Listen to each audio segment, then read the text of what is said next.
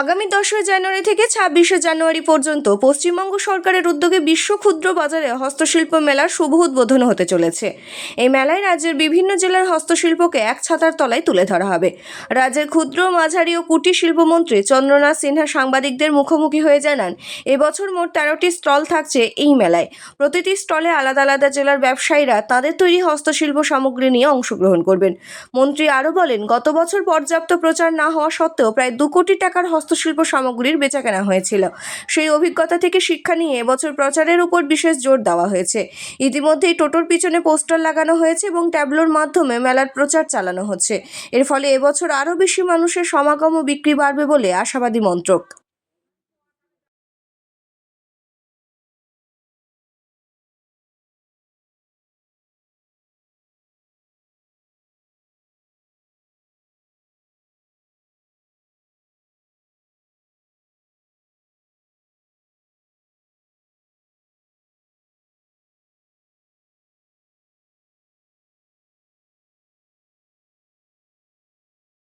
আমাদের আজকে ডাকার উদ্দেশ্য একটাই, আগামীকাল 10ই জানুয়ারি থেকে 26শে জানুয়ারি পর্যন্ত আমাদের হস্তশিল্প মেলা কয়েক বছর ধরে আমাদের শুরু হয়েছে বোলপুরের এই বিশ্ব ক্ষুদ্র মেলা প্রাঙ্গণে, সেখানে অনুষ্ঠিত হচ্ছে।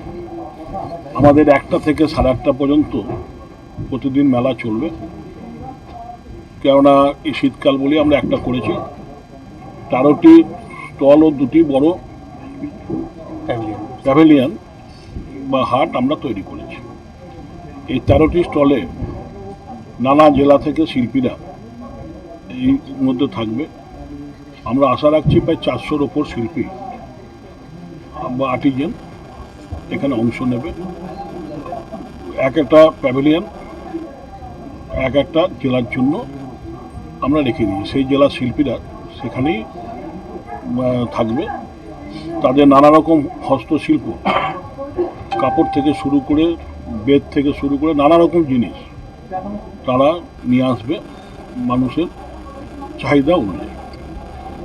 এবং আমরা বাসের ব্যবস্থা রেখেছি এবার, যে এই বাসটা রাউন্ড দিয়ে ঘুরবে বোলপুর শান্তিনিকেতন শ্রীনিকেতন হয়ে এই দিক দিয়ে মেলা মাঠে পৌঁছে দেবে, আবার এখান থেকে আবার নিয়ে যাবে, যাতে মানুষের কোনো অসুবিধা না হয়। বিনামূল্যে সব দিকে যাবে যাতে মানুষের কোনো অসুবিধা না হয়।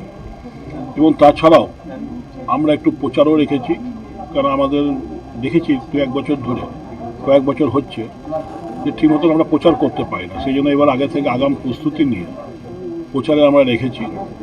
এবং প্রায় 300 মতন টোটো পেছনে আমরা একটা করে ফ্লেক্স লাগিয়ে দিয়েছি, যাতে মানুষ বুঝতে পারে।